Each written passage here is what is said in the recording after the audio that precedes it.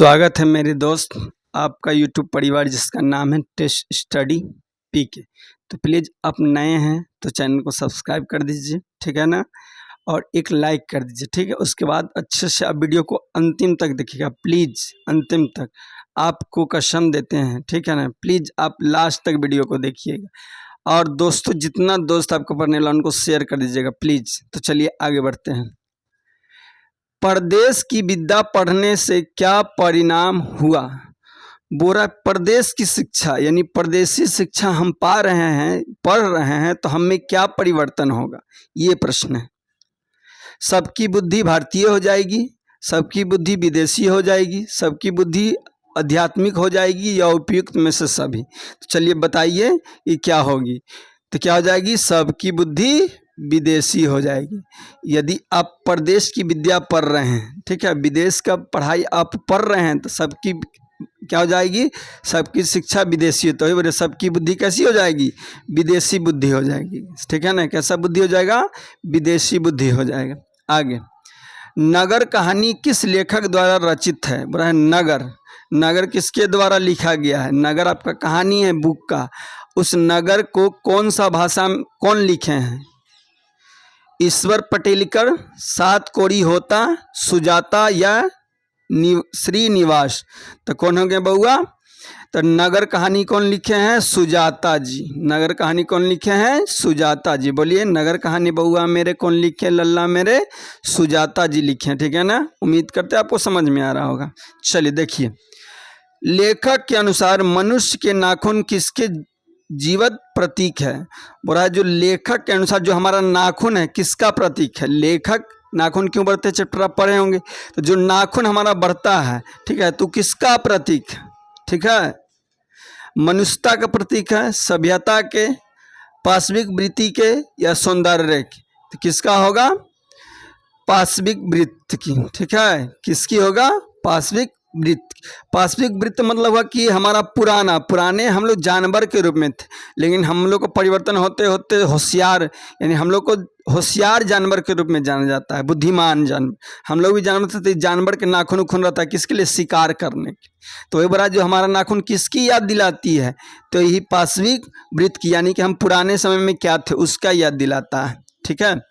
हजारी प्रसाद द्विवेदी का जन्म कब हुआ? हजारी प्रसाद द्विवेदी किनका हुआ मेरे? हजारी प्रसाद द्विवेदी। कौन है? हजारी प्रसाद द्विवेदी जी का जन्म कब हुआ था? जन्म कब लिए थे? 1907 में, 1906 में, 1905 में या 1904 में? चलिए बताइए तो ये कब ये जन्म लिए हैं, जल्दी से बताइए। तो कब लिए जन्म? ये 1907 में जन्म लिए। हजारी प्रसाद द्विवेदी कब जन्म लिए बाबू मेरे, लल्ला मेरे? 1907 में मेरे प्यारे बाबू। चलो, रही राम किसकी रचना है? बोल रहा है रही राम कविता है जिसका नाम क्या है? रही राम। इसको लिखने वाले कौन है? गुरु गोविंद सिंह, गुरु नानक या घनानंद? तो बताइए रही राम कौन लिखे हैं? तो गुरु नानक जी। रही राम कौन लिखे हैं? गुरु नानक जी, ठीक है ना बउआ मेरे। रही राम किसके द्वारा लिखा गया है? गुरु नानक जी के द्वारा लिखा गया है, ठीक है ना। चलिए आगे बढ़े। लक्ष्मी के बड़े पुत्र का क्या नाम था? बोल रहा है लक्ष्मी का जो बड़का बेटा था, ठीक है, उसको दो बेटा था, कहानी में ही आपको ढाते विश्वास में ये है चैप्टर का, ठीक है। तो जो लक्ष्मी थी, आप पढ़े होंगे तो आपको पता होगा, जो लक्ष्मी थी उसका बड़का बेटा का क्या नाम था? ठीक है, यच्युत, गुणनिधि, लक्ष्मण या शंकर? तो उसका बड़का बेटा था यच्युत। और लक्ष्मण कौन था? पति, ठीक है ना। लक्ष्मी का पति लक्ष्मण था और बड़का बेटा यच्युत था। और उसका पड़ोसी विदेश में पढ़ता था, वो क्या था? गुण निधि था, ठीक है ना। चलिए, एक वृक्ष की हत्या कविता में कवि शहर को किससे बचाने की बात कर रहे हैं? बोल रहा है एक वृक्ष की हत्या कविता है, तो बोल रहा है कि आप किसको बचाने की बात कर रहे हैं? किस शहर से किसको बचाने? बोल रहा है कि एक कविता है, क्या कविता का नाम है? एक वृक्ष की हत्या। एक वृक्ष की हत्या कविता में जो कवि है शहर को किससे बचाने बोल रहे हैं, यानी शहर को बचाना है, किससे बचाना है? लुटेरों से, देश के दुश्मनों से, नदियों से, या इनमें से कोई नहीं। किससे बचाने शहर को कह रहे हैं?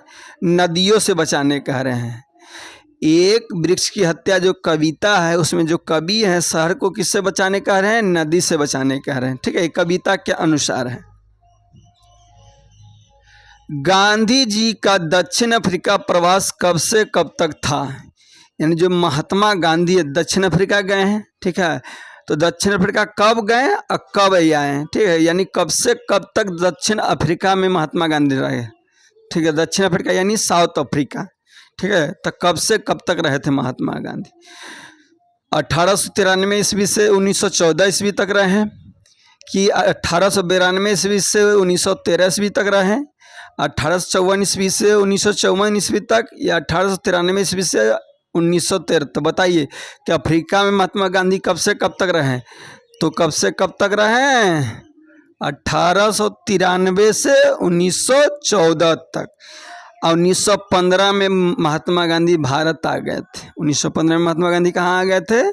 भारत आ गए थे। भारत आके साबरमती आश्रम की स्थापना 1915 में किए थे। ठीक है ना।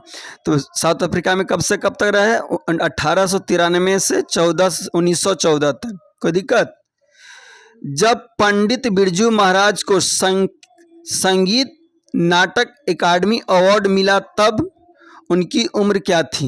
बोल रहा है जब पंडित बिरजू महाराज नाटक अकादमी अवार्ड मिला था उनको, क्या मिला था? नाटक अकादमी अवार्ड मिला था, तो उनका उम्र क्या था? पंडित बिरजू महाराज को नाटक अकादमी पुरस्कार मिला, मतलब इनाम मिला, तो क्या साल के थे? 27 साल, 26 साल, 25 साल या 24 साल? तो बताइए कितना साल के थे? 27 साल के थे। बिरजू महाराज को जब अकादमी पुरस्कार मिला था तो उनका उम्र कितना था? 27 साल। ठीक है। कवि ने माली मालिन किसे कहा है? एक कविता है जिसमें कहा गया है कि माली मालिन किनको कहा गया है? क्या है? माली मालिन किनको कहा गया है बाबू मेरे? तो है शंकर पार्वती को, गणेश लक्ष्मी को, कृष्ण राधा को, या राम सीता को? किसको कहा गया है माली मालिन? समझे? चलिए बताइए। तो माली मालिन किन्हें कहा गया है? कृष्ण और राधा को। ये दोनों को कविता में क्या कहा गया है? माली मालिन। ठीक है ना।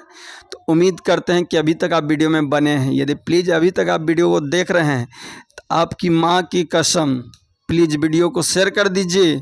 नए तो चैनल को सब्सक्राइब कर दीजिए प्लीज़। ठीक है ना। लाइक कर दीजिए। आज के लिए इतना रहने देता। जय हिंद, जय